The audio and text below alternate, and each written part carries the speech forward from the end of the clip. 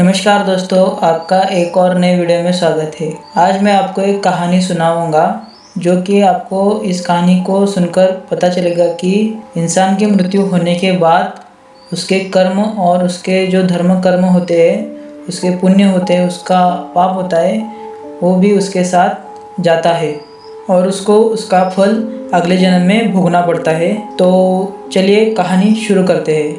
एक बार एक लकड़हारा जंगल में पेड़ काट रहा था। उसने देखा कि शाम हो चुकी है और उसका अब घर जाने का समय आ गया है। और उसी समय उसने देखा कि एक तांत्रिक डेड बॉडी को लेकर यहाँ ही आ रहा है। तो वह लकड़हारा डर गया और डर के मारे वह एक पेड़ पर चढ़ गया। तांत्रिक ने डेड बॉडी जंगल में लाकर, शायद वह शमशान था, लकड़हारा शायद वह शमशान के आसपास ही पेड़ काट रहा था।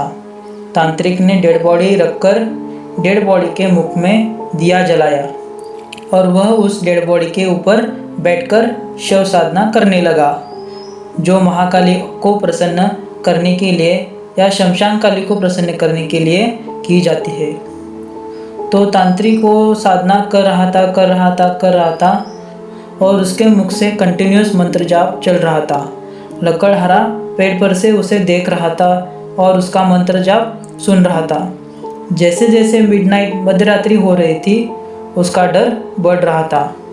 अचानक कहाँ से लेपर्ड या चीता आया और सीधा उस तांत्रिक के ऊपर जाकर कूदा और उसको फाड़ खाया। लेपर्ड उसको खाना नहीं चाहता था।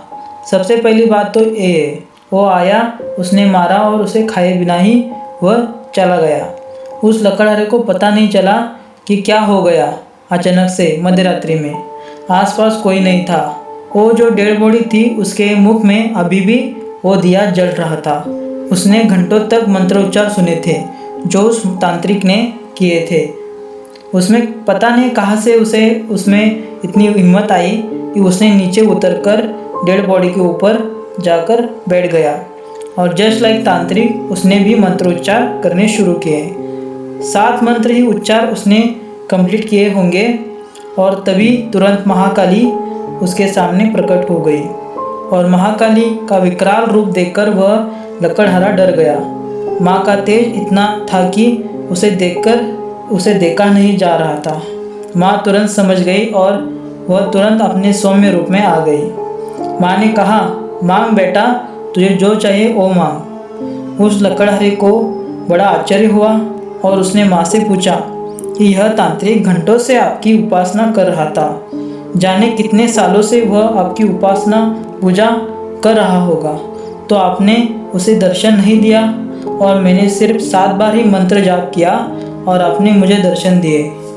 ऐसा क्यों माँ? माँ ने कहा, तुम्हारे पूर्व जन्म में तुम्हारे 7 मंत्र जाप ही रह गए थे मेरे दर्शन करने में, तभी तुम्हारी मृत्यु हो गई थी। अब इस जन्म में तुम्हारे 7 मंत्र जाप पूरे हो गए और तुम्हारे 7 मंत्र जाप पूरे होते ही मुझे तुम्हें दर्शन देना ही था और इस जन्म में तुम्हारे वह 7 मंत्र जाप पूर्ण हो गए, इसलिए मैंने तुमको दर्शन दिया।